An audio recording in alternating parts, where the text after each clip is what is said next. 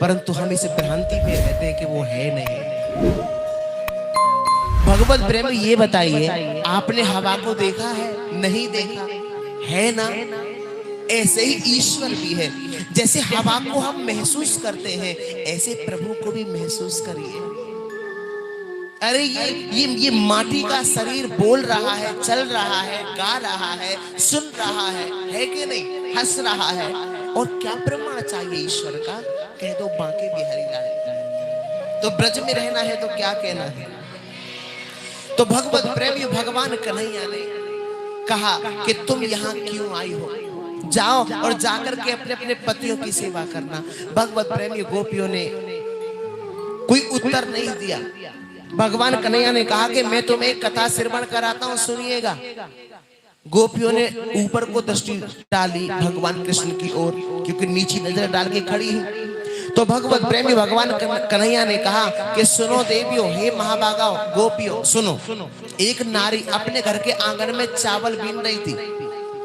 बैठी बैठी पति देव आए तो दोनों पति पत्नी आपस में वार्तालाप करने लगे। चावलों को उठा के अलग रख दिया। तो थोड़ी देर बाद पति को नींद आने लगी।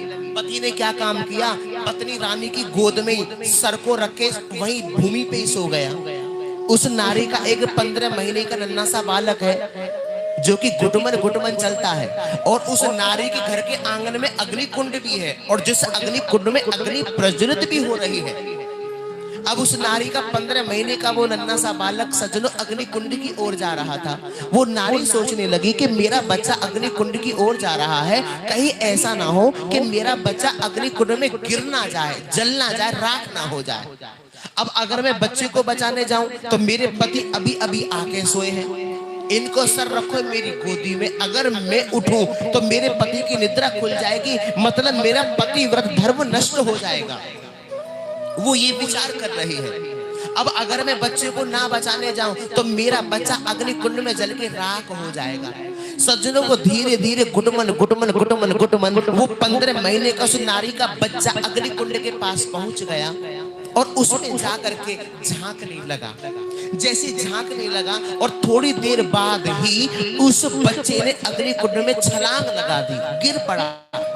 नारी से देखा नहीं गया, उसकी आंखों से पनारे बह चले और उसकी अश्रुधारा पति के चेहरे पे जैसे ही गिरी, पति की निद्रा खुल गई। जैसे पति बैठा हुआ, तुरंत वो नारी खड़ी हुई और दौड़ी दौड़ी दौड़ी दौड़ी अग्नि कुंड के पास गई। और अग्नि कुंड के पास में जाकर के उसने क्या देखा कि उसका 15 महीने का वो बालक अग्नि कुंड में किलोल कर रहा था, खेल रहा था, खेल रहा था। मतलब पतिव्रत धर्म के प्रभाव से वो अग्नि कुंड की ताकत व शक्ति चंदन के समान शीतल हो गई, शीतल हो गई। तो भगवत प्रेमियों, आप जरा विचार करिए कि पतिव्रत धर्म में कितनी बड़ी शक्ति है।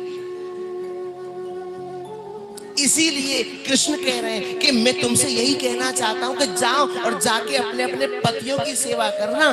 क्यों? क्योंकि प्रत्येक नारी का धर्म है अपने पति की सेवा करना। गोपियां बोली, सुनो कन्हैया, जैसी कथा तुमने हमें सुनाई है ना, ऐसी 2-4 कथा हम भी जाने। भगवान बोले अगर तुम भी जानो तो तुम भी सुनाओ। तो उन गोपियों में से एक गोपी ने एक भगवान को कथा सुनाई। कहने लगी, सुनो कृष्ण, एक पति पत्नी रहते थे और दोनों में आपस में बड़ा प्रेम था। जब दोनों में आपस में प्रेम था, एक दिन की बात, पति देव ने पत्नी से कहा कि देवी, मैं धन उपार्जन के लिए विदेश जा रहा हूं, तुम अपना ख्याल रखना।